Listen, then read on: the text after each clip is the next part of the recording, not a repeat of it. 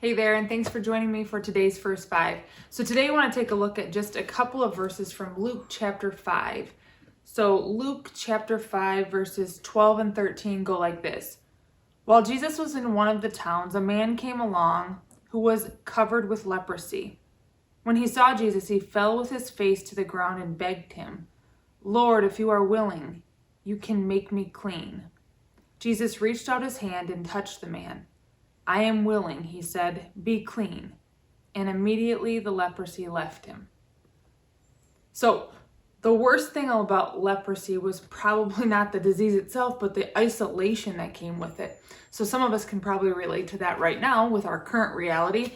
I know that a lot of us have been separated from our friends, our family, our churches, schools, teams, and other circles of people that we typically function in during these past few months. So lots of us can relate to what it might feel like to be by ourselves, unable to interact with other people for fear of this contagious disease. Sounds pretty familiar, right? So we might have gotten a little bit of a glimpse, just a peek into what it might have been like to have leprosy during this time. The leper was to be banished from society, exiled from their home. I mean, the family may have put out dinner, left food out for them to come by and get, but they wouldn't come in contact when they came to get the food. So the psychological consequences of leprosy were as serious as the physical. Many considered taking their own lives, and some really did. People hated lepers, so much so that the lepers began to hate themselves. So I don't know about you, but one of the hardest parts for me living during this time in this pandemic was the fear that's attached to touch, or the reluctancy to just reach out and give someone a hug whenever I feel like it. To be disconnected from human contact, even just for a relatively short period of time, just made me feel really sad.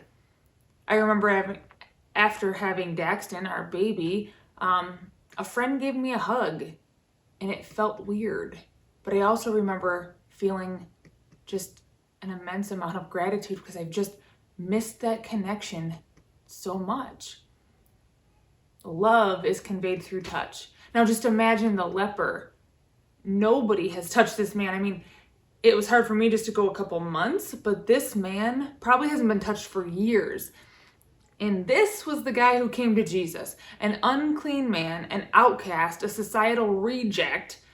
And Jesus did what nobody else would do. He reached out and he touched him. First, this image of Jesus stretching out his hand to this man is something that I keep picturing when I read this passage. When nobody else would dare come close to him, Jesus reached out, not only reached out, but actually touched him. And I think for us, we need to remember that even in moments or seasons when we can't even stand ourselves, when we feel shame, when we feel alone or isolated, when we feel disconnected from God, Jesus' hand is always reaching out to us.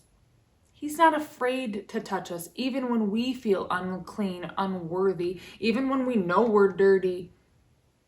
He's willing to reach out to us and connect with us.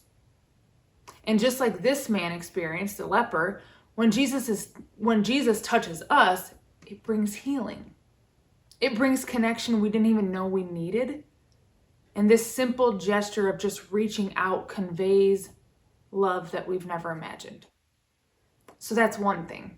We need to know that when we're feeling isolated, alone, unclean, or in need of life-changing connection, Jesus' hand is extended and reaching for us.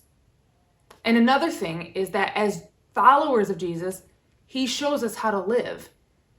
And just like Jesus did, we are called to touch the untouchable, to love the unlovable, and to forgive the unforgivable.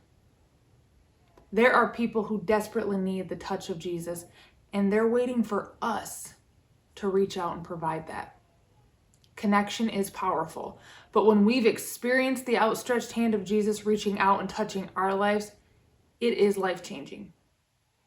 So may we live in a way that we always feel Jesus' touch and that we don't hesitate to extend our hands to others as well. Have a great day.